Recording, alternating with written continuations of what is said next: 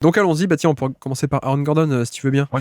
Premier joueur du jour, Aaron Gordon. Je te fais le topo rapidement. 31 minutes de jeu, 73 matchs cette saison 2024 pour Aaron Gordon. 105 de true shooting plus, donc d'efficacité relative à la moyenne, donc plus 5% relatif à la moyenne sur un usage assez modeste de 18%. Donc voilà pour les quelques chiffres et le topo. Et pour te lancer, c'est vrai qu'on est sur une excellente saison dans la lignée et sur la continuité de son année 2023 et même des playoffs 2023. Ouais, exactement. En fait, ce qu'il faut éviter de faire, selon moi, dans l'analyse d'Aaron Gordon, c'est de tomber dans le winning ou dans le losing bias, de dire que en fait, quand ils ont gagné le titre, c'était parce que c'était un role player parfait, et comme là ils l'ont pas gagné, c'est que c'est un role player avec des manquements, ou c'est un role player qui perd de valeur. Donc pour moi, il faut éviter ça. Et puis je suis d'accord avec toi que on est dans la lignée de ce qu'il a fait, avec quelques progrès en plus. Je pense notamment en termes de playmaking. Mais non, c'est une très bonne année d'Aaron Gordon dans un rôle qui lui est parfaitement, et dans lequel maintenant il est à l'aise depuis 2-3 ans, quoi. Ouais. Le truc, c'est que j'ai l'impression que, comme tu dis, il y a cet aspect de il y a une saison ils ont gagné et l'autre ils ont perdu. J'ai l'impression qu'il y a presque pas grand chose à dire de plus que l'an dernier en fait avec Aaron Gordon. Et d'ailleurs, on était avec Jérémy, on a fait le bilan 2024 des Nuggets. Et on se disait, mais qu'est-ce qu'on peut dire de plus, de nouveau en fait, c'est juste une saison comme d'habitude, quoi, avec Gordon. Peut-être, il y a quelques différences, mine de rien, tu vois, notamment au niveau du 3 points. Je pense que on a un peu acté cette saison que c'était pas trop là, quoi. Alors que, tu vois, l'an dernier, quand il arrive à Denver, on flirte un peu avec. Alors, c'est pas parfait, mais c'est un peu respecté et tout. Même en playoff, tu vois, en playoff, il a mis ses 3 points en playoff 2023 et on se dit, bon, ben voilà, ok, alors pourquoi pas. Là, j'ai l'impression qu'on a un peu acté, ou en tout cas, c'était plus marqué le fait que les défenses l'abandonnent et qu'en plus, lui ne puisse pas punir. Bon, en plus, ça se voit un peu au niveau pourcentage, hein, l'an dernier, 34%. Donc, au niveau de la moyenne, 34% à 3 points. C'est pas génial, mais 34%, ok. Cette année, c'est tombé à 29%. Donc beaucoup moins efficace, hein, clairement un mauvais shooter. Le volume, aussi a un peu baissé. En playoff aussi, comme dit, on a vu parfois où soit il était largement plus abandonné que l'an dernier, ou alors il pouvait pas punir. Donc tu vois, ce 3 points, c'est aussi un truc, une petite évolution. Et l'autre, c'est au niveau du passing. Je sais pas ce que t'en penses, mais je trouve qu'on a aussi on retrouve un peu plus un Aaron Gordon qu'on avait vu un peu plus créateur à Orlando, notamment. Alors, c'est pas génial, mais une stat classique que tu connais, le fameux ratio de playmaking. Donc, l'assist percentage divisé par l'usage percentage, donc le nombre de passes qu'il fait relatif à son nombre de ballons, en fait. Il a jamais été aussi haut en carrière pour lui, ce ratio. Et je trouve que c'est parce qu'il devient aussi un moteur de la seconde unité plus que ce qu'il n'a été auparavant. Et donc, un peu le duo parfois avec Jamal Murray, hein, sur des trucs comme ça, où c'est des dribble and off, c'est des pick and roll avec le short roll, etc.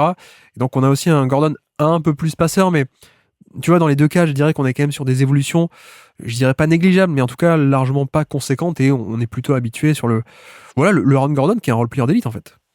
Ouais, alors je vais te faire partager les coulisses de ma vie privée avec Jérémy, parce que je lui ai envoyé je vais te lire la conversation. Donc je lui envoie: salut Jérémy, j'enregistre un épisode du Top 100 avec Guillaume, j'ai Aaron Gordon dans ma cuvée. Est-ce qu'il y a des changements à noter par rapport aux années précédentes, ou bien c'est la même chose?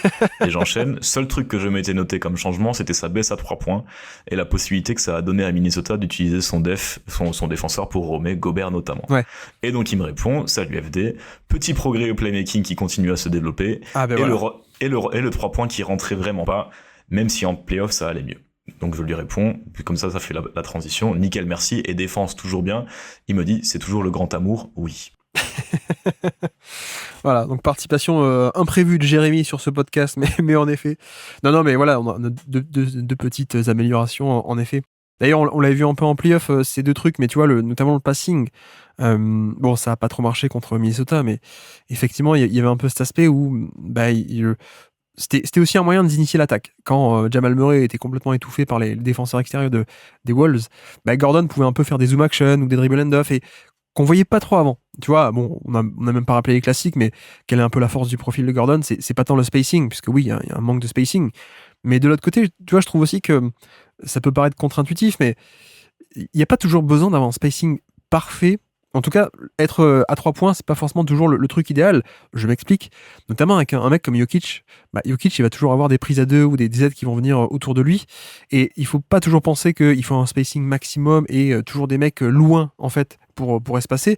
Si l'aide vient, en fait, peut-être une des bonnes options, ou une autre option par rapport au spacing, c'est si l'aide vient, tu te mets derrière l'aide. Et donc tu te mets proche en tant qu'option de passe assez courte et assez rapide. Je sais pas si tu vois ce que je veux dire, c'est que vaut mieux parfois non pas être à 3 points très loin pour que quand il y a une prise à 2, la passe elle traverse tout le terrain et qu'elle aille à 3 points.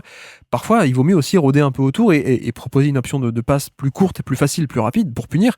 Et je pense que la vraie valeur de Gordon, c'est un peu ça. Et moi, je suis le premier à râler parfois sur des séquences où ça manque de spacing.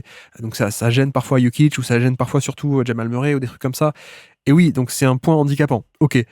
Mais de l'autre côté, je pense qu'il faut aussi se rendre compte que la vraie force de Gordon, et pourquoi il est absolument génial avec Jokic, c'est ça. C'est qu'il rôde un peu autour du dunker spot. Et Jokic qui, de toute façon, quand il est en tête de raquette, quand il est au poste bas, quand il est au cœur du jeu, n'importe, de toute façon, il va y avoir grosso modo à peu près tout le temps des aides qui vont venir à droite à gauche d'un peu partout, et le génie de Jokic c'est aussi qu'il y a une réactivité de malade, donc voilà, c'est dès que tu commences un peu à déclencher l'aide, ça passe. Jokic déclenche la passe, et donc quand on a Aaron Gordon qui est en passe aussi direct, aussi rapide, aussi proche de Jokic, qui peut finir au panier agressivement ces dunks là, voilà, c'est aussi ça à mon sens le vrai secret de Gordon en attaque, c'est ça. C'est oui, on peut déplorer le spacing, mais en même temps c'est pas du spacing, mais c'est aussi une optimisation qui est un peu équivalente à si on avait un très bon shooter à 3 points à côté de Jokic, en fait. C'est ça, surtout que quand on reprend l'idée où t'as Jokic au poste bas, Aaron Gordon dans le dunker spot à l'opposé. S'il y a une aide ou s'il y a une prise à 2 qui se fait sur Jokic, forcément le défenseur de l'opposé doit venir pour couper cette passe facile pour Aaron Gordon dans le dunker spot. Donc indirectement, ça t'ouvre le 3 points sur la skip pass à l'opposé, et Michael Porter Jr., KCP en profite à chaque fois. Donc le fait justement d'avoir quelqu'un qui peut aller au cœur du jeu, qui se place très bien et qui est une très bonne cible de catch and finish pour Jokic, indirectement ça va te créer du spacing. Donc je suis d'accord avec toi dans cette optimisation du dunker spot. Et je voulais rajouter aussi juste sur le playmaking, le fait au final que son tir à 3 points soit un petit peu moins respecté cette année, ça a forcé les Nuggets à l'utiliser un petit peu plus ballon en main. Pourquoi ? Puisque si les mecs voulaient pas défendre dessus, ils donnaient la balle à Aaron Gordon, et donc là forcément t'es un petit peu obligé de défendre dessus, et tu te retrouves plus du coup à défendre en surnombre derrière. Et du coup, ce qui s'est passé dans ces moments-là où Aaron Gordon avait le ballon, notamment en tête de raquette, ou bien même un peu plus loin à 3 points, c'est qu'on utilisait Jokic en poseur d'écran hors ballon, notamment sur des pin down pour Michael Porter Jr., pour justement utiliser la gravité de Jokic et forcer la défense à choisir soit défendre sur le tireur qui prend l'écran, donc Michael Porter Jr., ou bien ne pas être trop agressif sur le tireur parce qu'on a peur de Jokic, et donc ça laisse le tireur ouvert. Et je trouve que, tu vois, c'est ce dont Jérémy parlait aussi, je trouve que ces progrès en playmaking, ils sont là-dedans. C'est des progrès dans le système, sur les dribble and off, tu l'as dit, mais aussi sur les lectures de passes, sur les écrans hors ballon. Bon, et puis on l'a pas explicité, mais plus de 70% de réussite autour du panier, un score de provocation de faute pendant une tentative de tir qui est élite aussi, 17% de shooting foul percentage pour ceux qui veulent le chiffre précis. Mais voilà, on est dans l'élite, donc cette finition au panier, le passing aussi. Après, on reste tout de même, on l'a pas non plus explicité, mais ça reste un peu... C'est du role player, mais il y a très peu de création pure finalement. Tu vois, 66% de ces paniers sont créés par autrui, sont consécutifs à une passe décisive, sont assistés, pardon. Donc voilà, comparé à d'autres, quand on va l'insérer dans le classement, on a aussi ce truc de, il a peut-être moins de valeur aussi parce que c'est pas un vrai créateur offensif. Mais je trouve que par rapport au profil de Jokic, c'est peut-être le truc parfait. Et ce qui serait pas le cas avec tout le monde, tu vois, si tu le mettais à côté de Embiid, par exemple, je suis pas sûr que le fit serait aussi bon, parce que Embiid n'a pas forcément ce côté passeur et tout, donc Embiid, il a plutôt besoin d'espace, justement, pour avoir des lectures plus simples et tout, donc, ou d'autres stars, hein. Mais je trouve qu'avec Jokic, le fit est à ce point bon pour ça, pour cet aspect de... ça peut paraître contre-intuitif, mais parfois, une option de passe plus facile, plus courte, c'est parfois mieux qu'un bon spacing. Et après, bon, la défense aussi, on n'a pas trop parlé encore, mais voilà, si Denver est aussi une défense d'élite, c'est-à-dire top 5, notamment sur demi-terrain, ce qui peut paraître là encore un peu étonnant pour beaucoup, parce que Jokic n'est pas bon défenseur en tant que pivot, je veux dire.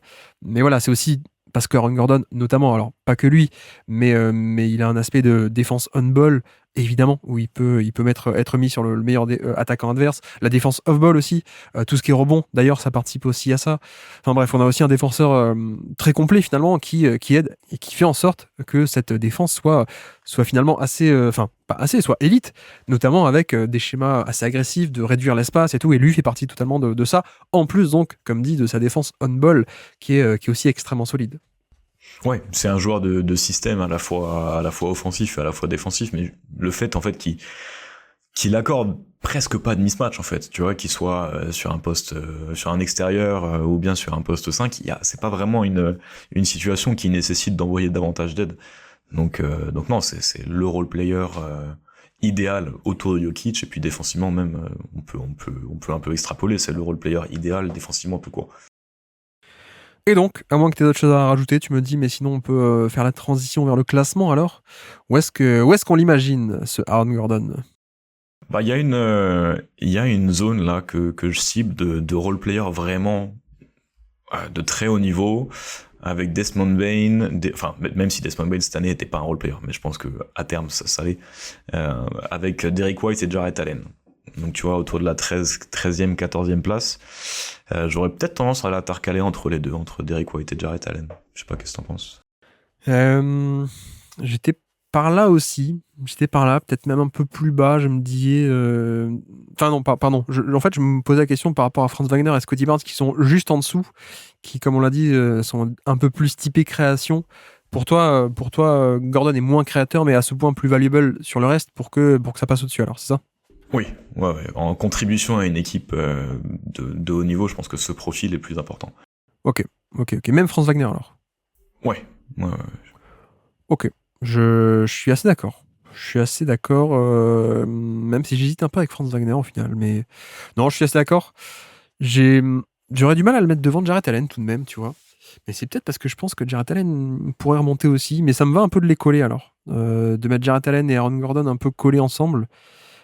Après, tu vois, sur ce qu'est Derrick White et Desmond Bane, je trouve que ils sont quand même un peu nettement au-dessus. Ce que tu dis aussi, hein, ils sont un peu au-dessus parce que plus créateur cette année. Bon, Derrick White parce qu'il a pris du volume, Desmond Bane c'est parce qu'il y avait personne à Memphis, il n'y avait pas de Ja Morant, donc il a aussi développé la création, mais de facto on prend la performance 2024 et donc ça compte. Bien sûr. Mais ouais, non, mais ça me va. On le colle à Jarrett Allen alors si tu veux bien. Ça me va. On est d'accord. Et il est possible que ce groupe reste collé et voyage un peu vers le haut à l'avenir. Je sais pas, on verra comment est-ce qu'on fait le classement, mais ok, ça me va. Mettons-le là et donc petit quiz. Quiz pour finir, si j'arrive à retrouver mon quiz que j'ai mis sur la mauvaise page. Oui, ça y est. Petit quiz pour finir, pour les actions marquantes de cette saison. On se remémore un peu tout ça. Nous sommes... action marquante s'il en est. Le 22 avril 2024, est-ce que tu te souviens de ça? C'est une séquence complètement folle où LeBron James fait une interception contre Denver, donc on est en play, enfin interception, il va marquer le panier. De l'autre côté, les Lakers qui passent à +3, mais que se passe-t-il ensuite? C'est sur la remise en jeu. Jokic qui balance une balle un peu trop longue, sauvetage de Aaron Gordon et 3 points de Porter Jr. qui va égaliser. Et au final, ça va être un moment charnière puisque Denver va passer à 2-0 et gagner la série.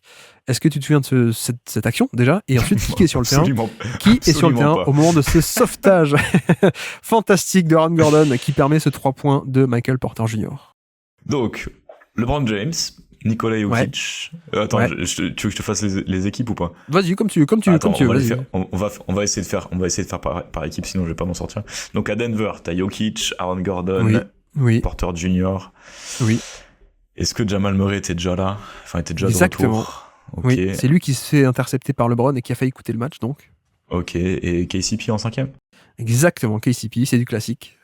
Ok, alors du côté des Lakers, du coup tu m'as dit LeBron. Anthony Davis était là, je crois. Oui, tout à fait. Austin Reeves, oui. D'Angelo il essaie de contester le tir, mais il n'y arrive pas. Russell, en effet, c'est celui qui se lance pour intercepter la balle sur Jokic, mais il n'y arrive pas. Et donc Jokic arrive tout de même à passer. Et il me manque le 5e des Lakers. Oui. Et alors là, c'est là que ça commence à être drôle. Si je te dis Gonzaga. Si tu me dis Gonzaga, je pense Andrew Nembhard parce que c'est lui qui a marqué un... Si je te dis Manga. Gonzaga. Ah oui, Rui Hachimura. Oui, d'accord. Ah oui, Hachimura, le japonais, tout à fait. Rui Hachimura.